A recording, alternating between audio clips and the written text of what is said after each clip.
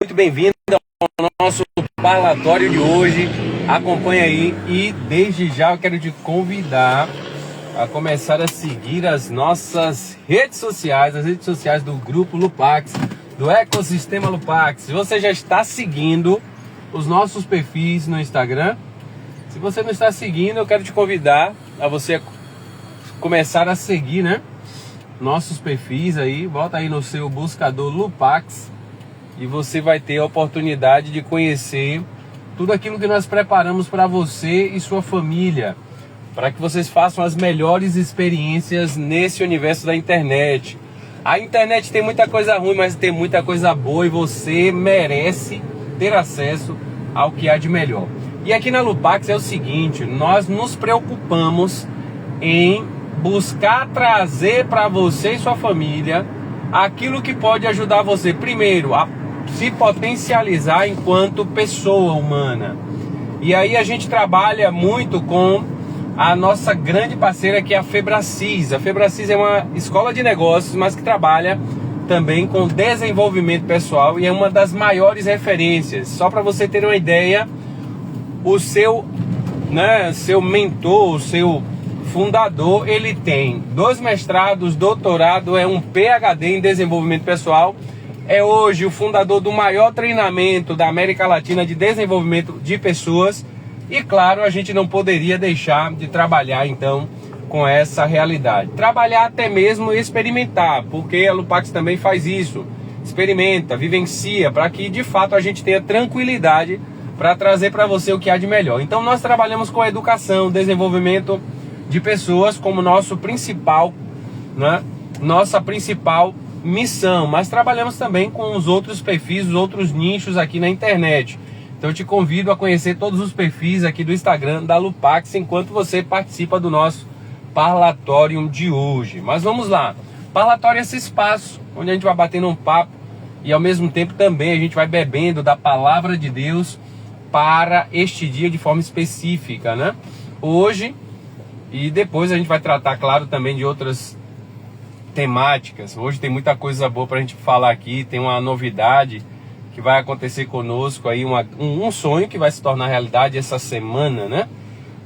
Que é a nossa oblação beneditina também. Então é uma semana cheia de graças e bênçãos e a gente então tem a alegria de compartilhar com vocês. Mas vamos lá então para bebermos um pouco da palavra de Deus desse dia. A palavra de Deus desse dia fala do profeta Oséias, lá na primeira leitura, e na segunda leitura fala daquele contexto onde Jesus se compadeceu de uma pessoa que estava muda, e ele então realiza um milagre, né? E os burocratas daquela época, né, como sempre, os fariseus, colocando que não era o dia de fazer cura, mas Jesus se compadece diante de uma realidade que ele via, onde as pessoas estavam como ovelhas sem pastor, né? E aí ele traz então essa reflexão. A gente não vai ser ipsis literis, mas trazer a sabedoria dessas palavras. Em Oséias, o que me chamou a atenção foi no finalzinho do versículo 5, quando dizia assim: quando é que vocês irão se purificar de verdade? Né? E aí, claro, traz pra gente sempre essa realidade. Todo aquele que assume uma vida cristã, e a gente está acostumado muitas vezes a ver pessoas que assumem a vida cristã, só que não assume a vida de transformação, de mudança, né? De mudança dos seus costumes, como diz São Bento, né? Uma exigência de São Bento é essa para o seu monge, que o monge seja capaz de todos os dias assumir uma mudança real de vida. Não é que ele seja melhor do que ninguém, mas ele precisa ter conectado na vida dele que ele precisa dar passos de crescimento. Porque quem não dá passos de crescimento está vivendo de mentira. Porque o cristianismo é um estilo de vida. Eu me torno cristão, eu vou viver a vida de Cristo, a proposta de Jesus Cristo. A proposta de Jesus Cristo, quer queira ou quer não, passa por mudanças de atitude, mudança de comportamento. Por mais que a gente veja Jesus, o comportamento do fariseu, mas o comportamento que Jesus traz, ele traz de mudança. O fato dele falar dos fariseus não quer dizer que a gente que se diz cristão vai viver uma vida onde a gente não busque transformação. Não, encontrou com Jesus é vida nova. Encontrou com Jesus é atitude nova. E a leitura de Oséias traz esse detalhe ali no finalzinho do versículo 5, que nos coloca para rezar. Até quando nós viveremos uma vida de impurezas? Nas atitudes, nos olhares, né? Eu não sei você, mas o olhar é um lugar difícil da gente trabalhar na nossa espiritualidade, né? A gente trabalha tantas outras, mas o olhar, purificar o olhar, né? Para purificar o coração, e lembrando que os olhos são as janelas da nossa alma, tanto, né? Para ver o mundo, mas ao mesmo tempo também captar aquilo que não presta muito do mundo. É essa janela que a gente tem acesso. Então, assim, purificar essa janela por onde as coisas entram na nossa vida, de certa forma, é necessário para que a gente possa viver uma vida de maior santidade, de maior busca, de purificação dos nossos costumes, de transformação dos nossos costumes, né? Então, que Deus, São Bento também, que já está perto aí da sua festa, possa interceder por nós, São Bento, né? Para que a gente tenha essa pureza do coração, alcançada também através da pureza do nosso olhar, certo? Então tenhamos essa capacidade. E Jesus, no Evangelho, ele já vai sinalizar o seguinte: precisamos mudar de vida, precisamos estar atento ao que o povo de Deus precisa, né? Ao que as pessoas ao nosso redor, ou que passam em nossa vida, elas precisam. Porque muitas vezes eu e você somos esses pastores que deveriam estar atentos para exercer ali a sua autoridade, o seu o seu zelo pastoral, né? Para concretizar algo de novo na vida das pessoas. E aí a gente precisa entender que toda transformação passa por esse lugar. Eu preciso mudar as minhas atitudes, porque eu tenho uma responsabilidade de cuidar e zelar de mais vidas. Vou pegar essa rua aqui, vou fazer um outro movimento. Mas enfim, vamos lá, vai dar certo. Então a leitura, ela trazia muito forte essa realidade. Eu preciso entender que a minha vida, ela se constitui numa vida de mudança de atitude, mudança de...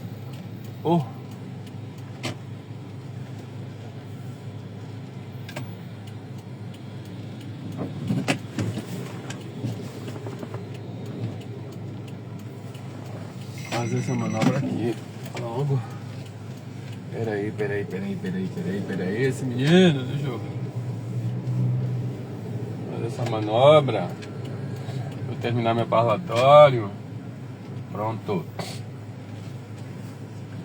Então, as atitudes que a gente vai tendo tem que nos mostrar esse lugar de pastoreio, né? Eu e você exercemos um pastoreio que é necessário ter consciência. E aqui eu quero chamar a atenção para um lugar onde a gente sempre trata aqui dentro da Lupax, que é a questão da família.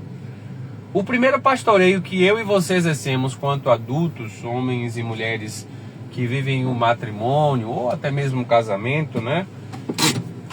Nós precisamos entender que precisamos pastorear dentro de casa a nossa própria vida, a nossa própria história, a nossa própria realidade, porque não é fácil viver uma vida de conversão dos costumes. Volta a São Bento. É preciso viver uma conversão diária.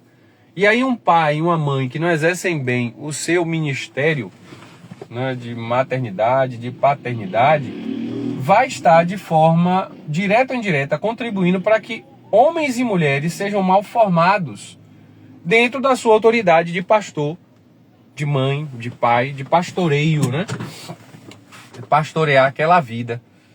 E aí a pergunta é: quantos filhos rebeldes nos dias atuais, por falta desse pastoreio ou dessa consciência de pastoreio de uma mãe e de um pai, que não se fazem presentes, não tornam aquela criança amada, importante, pertencente, e por consequente, quando isso não acontece, essa criança ela vai buscar chamar atenção, ela vai expressar, né, essa falta de identidade, de costume, de direcionamento, e naturalmente a bagunça existencial vai começando a acontecer na vida dessa criança. E aí essa criança vai ser coleguinha de alguém, aluno de alguém, mais tarde namorado de alguém, mais tarde noivo de alguém ou esposo de alguém. Ou nem chegue a isso, né? Faça um filho e largue aí no mundo. E aí o que eu quero trazer é essa autorresponsabilidade de todos nós nessas funções. E o quanto nós temos a ver com a formação do futuro da nossa sociedade. E isso muitas vezes vai passando despercebido. A gente vai vivendo a nossa vida, né? Vai vivendo as nossas realidades e a gente não pensa no todo. Então assim, o que é que da minha vida particular, que tem a ver com o todo, que eu não estou tomando a conta necessária, pastoreando de fato. Então, nessa fala de Jesus, onde ele se compadece daquelas pessoas que viviam como ovelhas sem pastor. Eita, tanto espaço, meu filho. Você tirando esse fino daqui do carro. Vamos que vamos, né? Deus abençoe sua jornada. Enfim. Então, é esse lugar. Nós somos responsáveis também por vários contextos da nossa sociedade. Tanto as nossas escolhas voltadas, né, ao nosso exercício cidadão, aí quando eu digo votar, escolher político, escolher deputado, escolher vereador, escolher prefeito, escolher presidente, como também esse cuidado interno, porque nós somos gestores de uma nação. A nossa família é uma nação. Então que nós tenhamos essa clareza, né, de que nossa vida precisa ser gerida e gerida com uma certa diligência nossa. Porque se algo não está batendo, não está dando certo na sociedade brasileira, o primeiro questionamento que eu tenho que fazer é: que tipo de família, que tipo de cidadão eu sou? Que tipo de pai eu sou? Que tipo de mãe eu sou? Que tipo de família eu sou? Que tipo de filhos eu estou oferecendo ao mundo para que o mundo se torne um lugar melhor a partir do meu universo, que é meu primeiro lugar de gestão, que é a minha família. Fica aí essa segunda reflexão também no nosso parlatório de hoje a partir do Evangelho. O Evangelho trazia mais alguns outros detalhes? Trazia, mas não vou nem me estender. No terceiro assunto de hoje do nosso parlatório é a alegria que eu tenho de nesta semana, né, dia 11 é dia de São Bento, um patriarca, o reconstrutor do Ocidente, né? São Bento que veio através dos mosteiros ordenar a vida ali na Europa, no século V, mais ou menos. Então ele vai reconstruir, né, através dos seus mosteiros a Europa, basicamente, né? Os mosteiros de São Bento, eles são pensados para serem microcidades, né? Um lugar onde tem hospedaria, um lugar onde tem agricultura, um lugar onde tem alfabetização, um lugar onde tem enfermaria. Então, tudo que você pensar de organização social para os cuidados básicos, basicamente surgiu nos mosteiros. O rudimento da hotelaria, rudimento da alfabetização das escolas, rudimento do hospital, rudimento de muitas coisas estão presentes aí nos mosteiros. Porque o mosteiro foi pensado para ser uma microcidade onde reza-se e onde se trabalha, ora et labora, né? Então nós temos a graça de poder celebrar neste dia 11 a festa de São Bento, juntamente com nossos irmãos do mosteiro de São Bento da Bahia, do mosteiro de São Sebastião da Bahia, o mosteiro do qual eu já morei 5 anos, tive a alegria de ser monge durante 5 anos da minha vida, da minha história, naquele lugar, e foi o lugar basicamente da minha formação, né? Tanto espiritual, religiosa, como também parte da acadêmica, foi feita nesse lugar, e foi um lugar do qual eu saí, mas assim, não saí por inteiro, porque gosto muito do Mosteiro de São Bento, sempre gostei. Então, mesmo depois que saí do Mosteiro de São Bento, frequentei ostensivamente, né? Sempre estive lá presente naquela casa, participando, rezando, visitando o meu compadre Pio, né? Tem um compadre que é monge, batizou minha primogênita, e muitas amizades com o Dom Miguel e tantos outros, Dom Marcos também, meu confessor. Então sempre estive muito ligado a essa família e sempre tive esse desejo, né? De no dia que conquistasse também o diaconato permanente, hoje eu sou diácono permanente da Santa Igreja, eu retornaria para esse lugar, para viver essa alegria de pertencer, sim, a essa família beneditina. Então desde o ano passado já oficialmente nós passamos a pertencer a essa família através da oblação do noviciado de Oblato, onde também retomei o meu nome monástico, né? Meu nome dentro desse contexto era Irmão Matias. Matias foi aquele que foi escolhido para ser colocado no lugar de Judas, né? E o escolhido foi Matias, onde eles fizeram um sorteio e o nome de Matias foi então sorteado porque eram homens que viviam ali com os apóstolos e que conheciam a realidade deles e estavam preparados para assumir esse lugar. Então rezaram ao Espírito Santo e pediram que Deus mostrasse quem ele queria para aquele lugar, né? Então Matias foi o escolhido. Então a gente brinca muito desse Matias foi o escolhido de Deus. Brinca não, porque é realidade. E Matias é dom de Deus, significa dom de Deus. Na significação do nome que vem da raiz ali, Matias, né? Mateus, tudo é dom de Deus, né?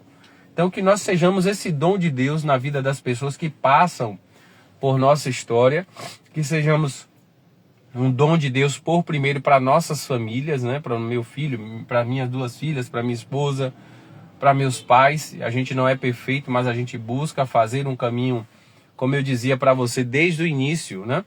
Da nossa live de hoje, do nosso parlatório de hoje, que é São Bento quer que o seu monge ele tome consciência que ele não é perfeito, ele não é melhor do que ninguém, mas ele precisa ter a atitude cotidiana de buscar viver uma vida melhor do que ele viveu no dia anterior. Então é essa a realidade que a gente busca viver, e essa espiritualidade então mais do que nunca vai se fazer presente na minha vida agora de forma oficial. E todo clérigo, né, e isso é expresso através de um sinal.